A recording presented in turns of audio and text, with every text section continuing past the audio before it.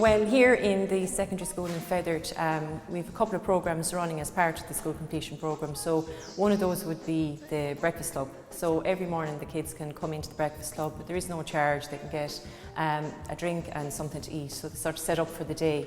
So that runs every Monday to Friday, and so they're here. We're open from about 8:30 until about 5 to 9. So it just gives them a chance to have something. It's a social thing as well, so they get to meet all the friends before the day begins. And in the afternoon then we also run a homework club. So it's an opportunity for kids to get help with their homework.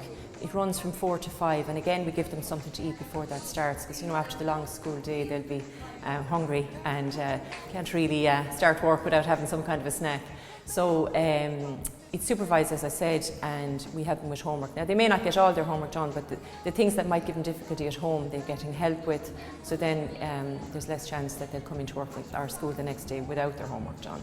We always have a list of people that want to join the homework club, and we try to keep the number small so that it's more effective, and still people might even come to look in after Christmas to still join in. So we try and take as many people as we can, but still we have to keep it, that we've comfortable numbers that you can move around and everyone gets the attention that they need. Every summer in June and August we run activities while the kids are on their holidays. So it's an opportunity for the kids to meet up again, not for homework or any kind of subject matter, but we usually go on a trip. So we usually go once the bank holiday comes in June, we go the first 3 Tuesdays in June. We take a trip somewhere. We might go hiking, we might go to the cinema, and we go fishing, and then we do one more in August when they're getting ready to come back to us at the end of August. So we do another one then in August, and again now we might go kayaking or something. So that's usually sort of a bigger one, and it just keeps them in touch with the friends and keeps them in touch with school, and it's much easier to sort of settle back in then once you've kind of reconnected with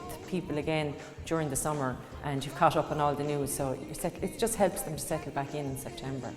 Every year we would review both students, and we'd send surveys home to some parents, and we'd also survey the teachers here because they would see hands-on, like they'd observe the benefits of the programme.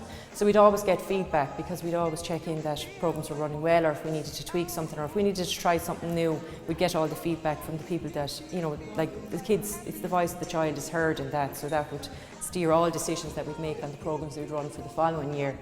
So definitely it's very successful. I mean, the homework club and the breakfast club have been commented on, and the summer activities. That it's nice to see kids during the summer going on a school-based thing and smiling, so we've always gotten positive feedback about the programmes. The breakfast club is open to everybody. The homework club, we would try and gear it more for first years and second years, because we have evening study then for third years here.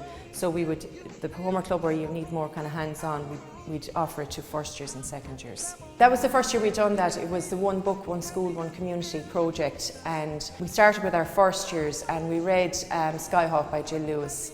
And not only did the students read it in class, but then some kids would have brought copies home to parents or grandparents if they wanted to read it. We also did a shared reading programme with children from the primary school next door. So our first years went over and read with 4th class students in primary school. We also made it as cross-curricular as possible, so any dish that was mentioned in the book from any of the countries that were mentioned in the book, the kids would have baked the native dish mentioned. And so it kind of just opened up all new avenues for them. It wasn't just reading the book, they sort of delved right into every aspect of it. And in woodwork they had made timber trays and they etched the bird on it.